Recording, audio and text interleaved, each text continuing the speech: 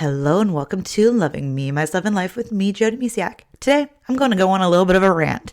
Okay, maybe not really, but I do want to share something that kind of irked me, kind of frustrated me, where I found myself talking to my husband like, you know what? Guess what I read and it's annoying me. Now, I first want to say that the book I'm going to be talking about and the author that wrote the book, I absolutely love them. And in fact, his book was one of the I think it was the first book I ever read that started changing my life and brought me on my self-love journey. So I absolutely love this author and his writing. So this is not me poo-pooing him or anything like that. There's nothing like that. I just wanted to share something that kind of came up for me. And it's all on, like, anytime we get reactive, like something triggers us or we react about something, it more is about us than the thing. However, like, it was just something that I was like, oh, like, it just took me a minute. And then I had an aha moment. So I'm going to share this process with you because it's kind of fun when life just is like, what is this? And like, you get a little frustrated, get a little like passionate about it. And then and then I come to peace. So I'm going to kind of walk you through that process today.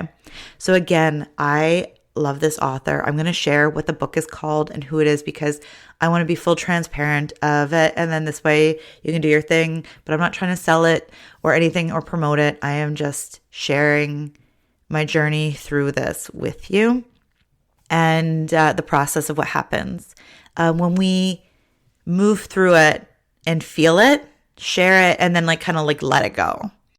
So what am I talking about? I'm talking about the 5 a.m. Club by Robin Sharma. Now, I've been thinking about getting this book for a very long time. Well, since it came out. I've been following him forever. His book, Discover Your Destiny, The 7 Stages to Self-Awakening, was the book that really got me going on my self-love journey. If you see it, there's a little bit of stainage, lots of sticky notes and highlighting. It is quite loved, this book. And it just was really like my self-love Bible for the longest time. And I didn't even know what self-love was back then, but even self-awakening was right there. Anyways, so love this author. And so I've been following him and I get his emails and everything like that. And so I saw that he was promoting the 5 a.m. club. And in fact, he's been talking about the 5 a.m. morning routine forever. And I've tried it numerous times and failed huge. And I think I've talked about this a little bit on another episode. And I realized that the 5 a.m. start time does not work for me. And then I need to embrace my night owl. And, a night owl it's harder to go from night owl to a morning person. So I learned all this and I was like, okay, because I used to beat myself up. And I'm like, why can't I get up? I tried really hard to do this. I thought something was wrong with me. And then it's about finding your own rhythm. Anyways, that's really what this episode's about. It's not really about the book itself, but it sparked this flame in me. This oh my goodness. So anyways, let's get back to the story. I'm getting a little off topic here. So I got the book anyways. You're probably asking, why would you buy a book if you're not going to wake up at 5 a.m.? I know he has a really good, solid morning routine. And I know things are, he's just really amazing. And so I got it still. Because I'm I don't need to wake up at 5. I can take things out of there and make them my own and do it later in the day. So I got that. So then, anyways, I'm excited. And I'm still excited about this book, by the way. I haven't fully read it yet, just so you know. And it's not about the book. It's about the experience that I've experienced through starting to read this book. Anyways, I flipped to the part about the morning routine. Because here's a fact. My morning routine has gotten sluggish. Okay, let's be honest. It's non-existent. Since last year with just getting brain fog and things, which has turned out to be candida overgrowth that just caused crazy amount of symptoms, I haven't been able to get back to where I was before. So I just wanted some motivation, because even though I motivate others, I too need motivation and to keep learning and growing as well. So I picked it. I got it because I'm like, yes, there's going to be some good stuff in here. And I know it is. So I was looking at some of his routines in the book and his formulas for having a good morning and things like that. And it's so rigid. So like there's no time for anything. Like, for examples, like move from 5 to 5:20. And then the next thing goes right after. I know from personal experience that there's going to be gaps in there. Like, so if I do yoga, I need to put my mat back. And usually I wash my hands after too. Especially if you're holding your feet and you're doing baby pose or if you're doing happy baby pose and stuff like that. So I know from personal experience, it's not as black and white as it is on paper. And then I got to thinking, like, why is this bothering me so much? One, because I'm like, I know I can't fit everything he wanted to in that time frame. But the other thing is I see things differently now. The person I was when I read the Discover Your Destiny book versus this book, I'm a completely different person. I'm a mom now of 2 kids. And there's nothing about family in there till near the end of the day. I'm like, well, I'm going to see my kids in the morning, and I'm going to see my kids right after school. And I'm going to see them like all afternoon into the evening most of the time. So it brought this thing out of me where it's like, oh, right. Like I'm a different person now. Now, let's be honest and be fair with all this as well. I'm not his target audience. His are like CEOs, bigwig. Like I'm a momapreneur balancing both momhood and running a business. So it is different. And I'm okay with that. But for a moment there, I wanted to fit myself into his box. And then I realized, what am I doing fitting myself into his box? See, the thing is, and this was a loving reminder, you can't always base what you do with your day on someone else's life. So my original plan was to read the book and then take some of it and go along. And that is what I'm going to do. But I need to be open to doing it my way fully. So yes, he has these beautiful formulas. And I'm sure they've worked for a lot of people. But I have to remember to take what works for me and then leave the rest behind. What feels right. But again, we have to be careful that no excuses come in. And also, this is the other part of the story I want to share with you.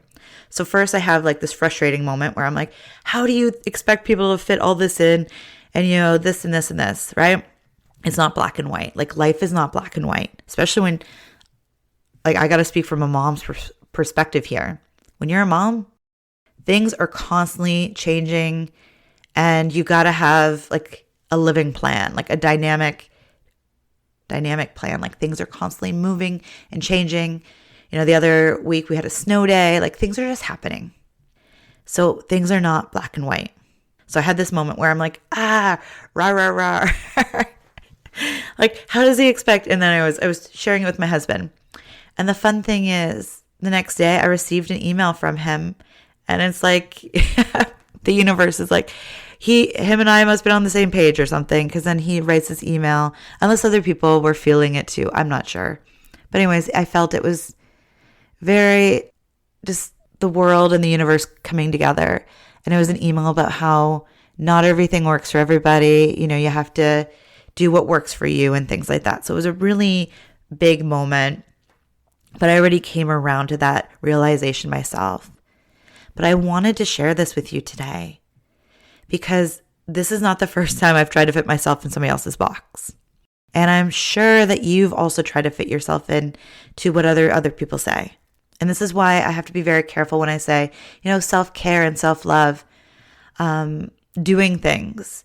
Because what I do for me to create a deeper loving relationship with myself, and what I do for self-care, taking care of myself, certain things will be different. Like, yes, self-care, the main points are, like, in my opinion, are getting enough sleep, feeding your body beautiful, nourishing food, and moving your body in loving ways. Those are like big one, like the big ones. And then there's other areas to take care of you. But we all do things differently. Like I love ending my day with reading a cozy mystery, but not everybody loves cozy mysteries. So anyways, it's good to read information and listen to people like where you are right now, listening to this podcast. Take the things that work and then leave the rest behind. And it's also knowing that when you're using an excuse, like none of this works for me. And, like being honest with you. It's just being honest with yourself through the process too.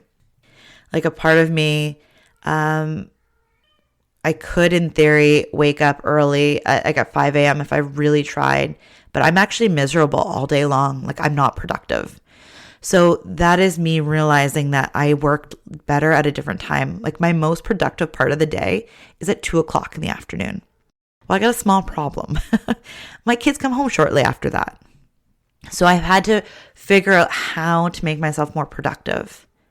But at the same time, know that like I'm not going to be productive at 5 a.m. in the morning. Like my workout routine is going to be me sleeping on my yoga mat.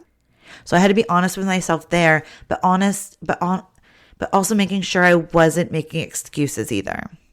And for him in the book, his sleep amount is not like I need 9 hours to feel good. Now I can run off 7.5, 8.5. But if I get 9, like I have the best day ever. So it's just knowing where you sit, and it's just figuring that all out. We are all different human beings. So to try and fit yourself into somebody else's box, like what they say, like morning routines, right? So if you hear anybody else share about their morning routine, sure, listen to it. Listen to what they're saying, and then see what resonates with you. And if you're not sure, try it out. Try it out for like a week or more. Try it out for a little while.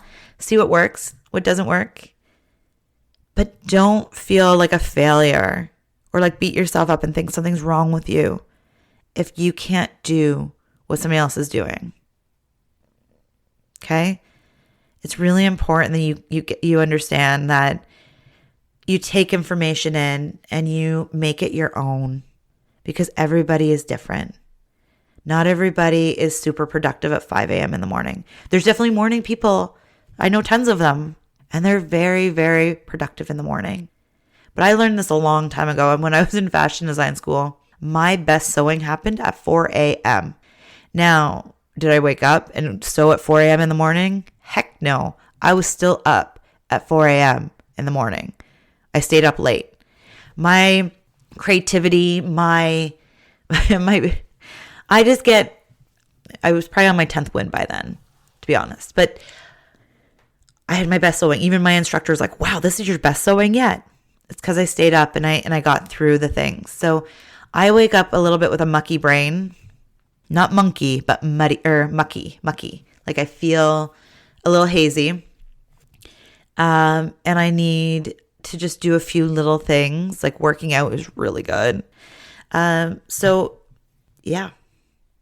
So if you've been trying to fit yourself into somebody else's box via working or anything. So like I said before, this isn't my first time trying to fit myself into a box.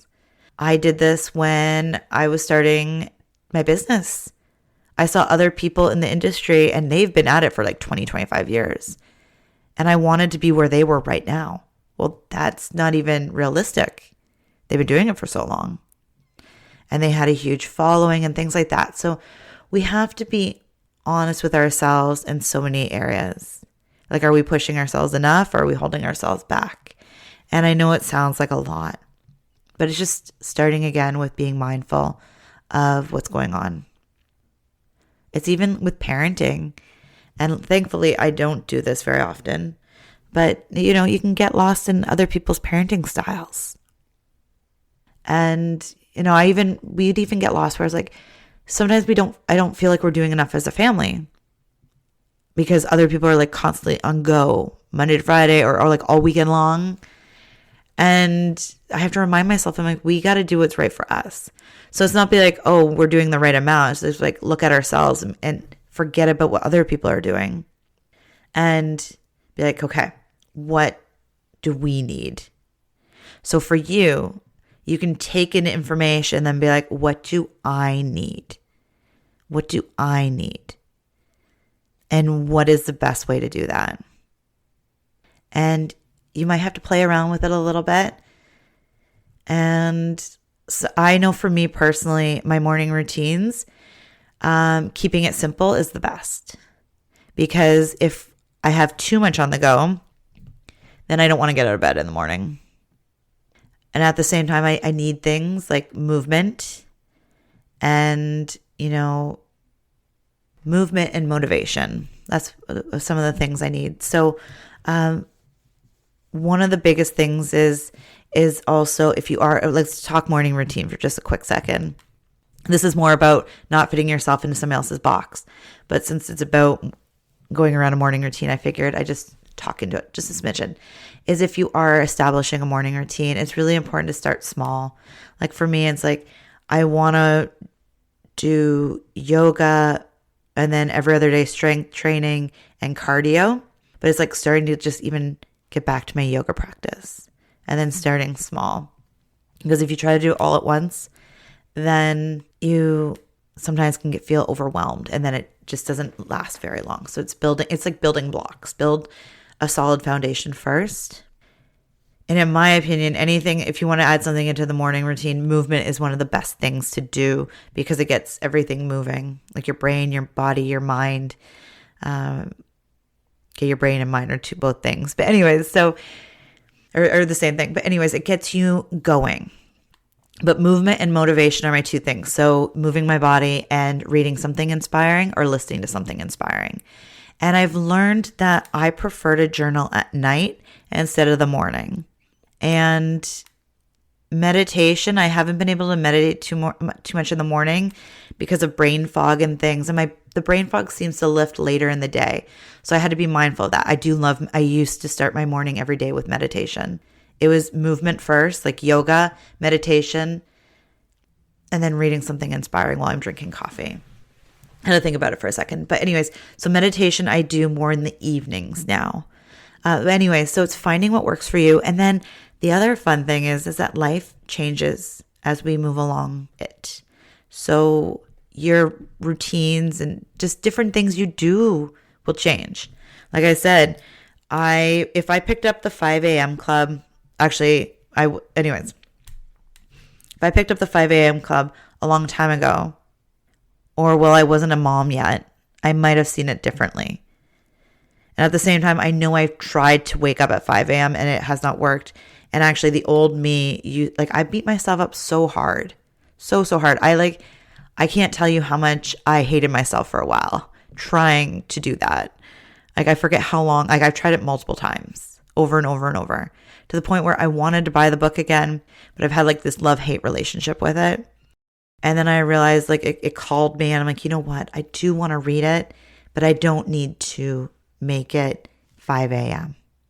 And then I learned more about things along the way that I have to remind myself not to fit myself into other people's boxes. They're designed strictly for them.